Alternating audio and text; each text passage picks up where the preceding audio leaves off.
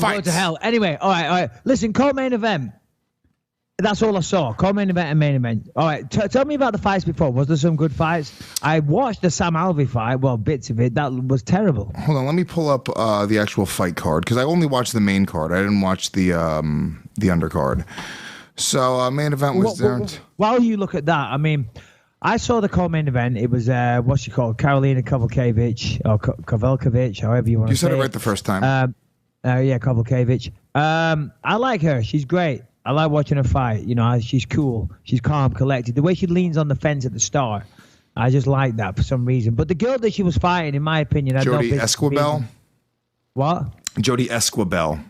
Yeah, whoever. She's got no. I never want to see her fight again. Please don't waste my time. I'm sitting in there. My phone is on like 27% battery, and I'm watching it on Fight Pass, and I'm like, this isn't even worth my battery power. Yeah. Okay. No offense, but she just ran away from it the whole time.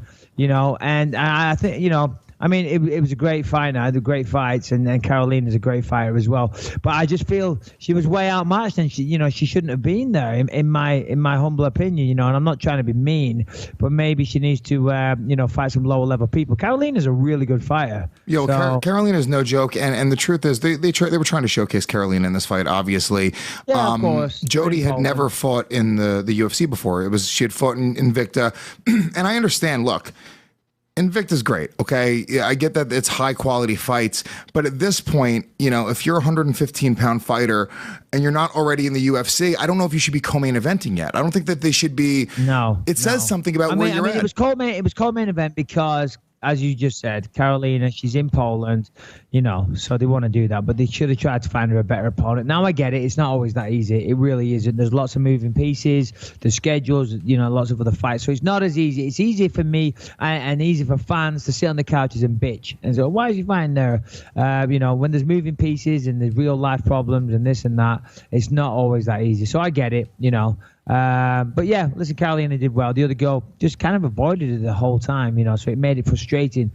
But getting on to the main event, Luis J. Gomez. Well, before you talk about the main event, can I mention something about the undercard? This is kind of interesting. Go ahead, please. So, you know, Conor McGregor was in attendance and he got in trouble for, I guess it was unofficially cornering Artem Lobov because he was in the front row yelling from his seat and like giving him directions. Oh no! He actually got up and walked to. He actually got up and walked to the cage. From my understanding, pardon me, he was following the action around the cage as well, like circling the cage. He was circling the cage. Wow! I knew that he was standing up and yelling shit. Because I read a statement from referee Mark Goddard. Mark's an old friend of mine from the UK scene, and now he's up there with one of the best referees in the business. And he put a statement out there afterwards saying that obviously both guys, both fighters, you know, you have 3 cornermen. Unless you're main event, you have 4 cornermen. And obviously they have to stay in their corner.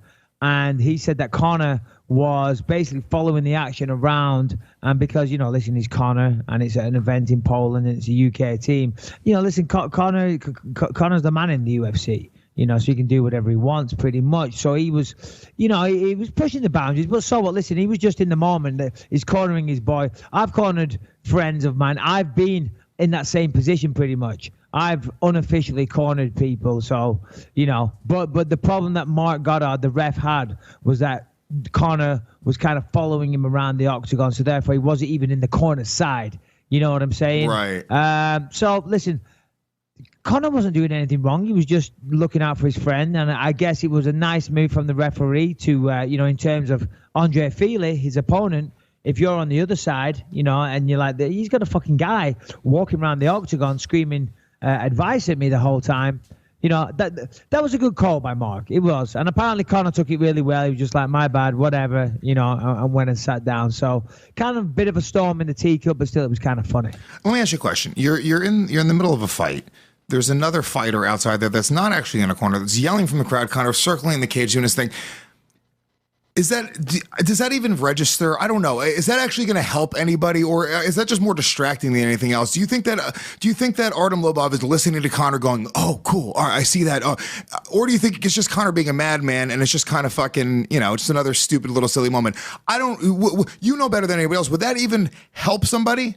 Well, I mean, I don't know if you know what this expression means. You probably do. Is it English? I'm not sure. It's kind of 6 of one, half a dozen of the other. You know what I mean? It all depends on the individual. It depends on the advice that you're given. But I'll give a piece of advice. Sorry, an example this morning. So I'm sparring, and I've done a really good job. I've stopped all the takedowns, this and that. I'm round 5, fresh man every round, and the guy gets me down. There's like 30 seconds left of the final round of sparring.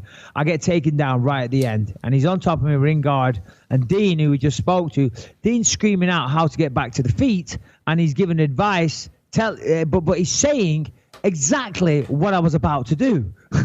Hence, therefore, telling my opponent what I'm going to do. And so I'm having a dialogue back with him going, Dean, shut the fuck up. I was about to do that. Now, if I try and do it, he's going to know. So I had to go to plan B and do something else. So sometimes when people are giving you advice from the side, it can be great, it can be beneficial.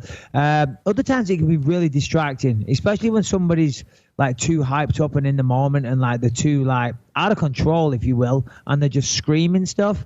It can be really fucking annoying. And less is more. Less is definitely more, because you got to remember the guy in there, he's real close and he's reading everything, and he's got to fight and he's got to react of what's been thrown at him as well as throw his own things. A fight is an intense situation, and if somebody's going on far, far too much now. I'm not talking about Conor because I didn't see it. I'm only going off reports off the internet. But if it's too much, it's definitely a distraction. Definitely. Yeah. Do you, when you're in there, do you listen to like one corner guy? Do you have like a code? Because that was always something that I would wonder, right? So let's say, your guy in the corner is going, keeps on calling whatever it is, whatever move that he wants you to do. You guys are in the cage together. The opponent can hear it. So, is there? I'm assuming certain people have to have some sort of fucking like crazy code, like they, like the baseball coaches have like hand signals and shit, or is it just kind of like madness? I don't know. It all seems like there's no rhyme or reason to what's happening with what the corner guys are yelling. Yeah, not really. I remember my old coach years ago kind of did come up with some like kind of code name so that the other guy wouldn't know. But no, not really, to be honest. At the end of the day, as I said. Unless you're making a blatantly massive mistake, the corner shouldn't have to walk you through it. You know what I mean? They shouldn't have to walk you through it step by step. And if there's a set piece, maybe they'll be like, come on, remember what we do in training. Remember the move. The move here, Mike, or whatever it may be. They're not necessarily going to say, okay, put your foot on the hips, pull down on the left arm. And as he does that, then roll around for an arm bar or whatever. Do you know what I mean? Yeah. And you might have some cute little pet names for certain things that you do. In my corner, for a long time in my career now. Suck in his manliness. Say again? Suck in his manliness. Exactly. But in my corner, I've had Jason Perillo, Brady Fink. Now there's others that have come and gone or been around and whatever. But generally, the way we work on the feet, Jason Perillo gives the instructions, not the instructions, just a lot of time positive reinforcement. Or if you're seeing, like for example, in the Henderson fight, I kept leading with a left hook, and that's why I got countered with right hands both times. And he might say, "Come on, leave the left hook, stop leading with the left hook," just things like that. And then if we hit the floor, Brady will take over, and Brady talks about the jiu-jitsu and whatnot. So, because what you don't want is fucking everyone in the corner screaming instructions, and it just becomes a shit show, and it just becomes distracting. All right.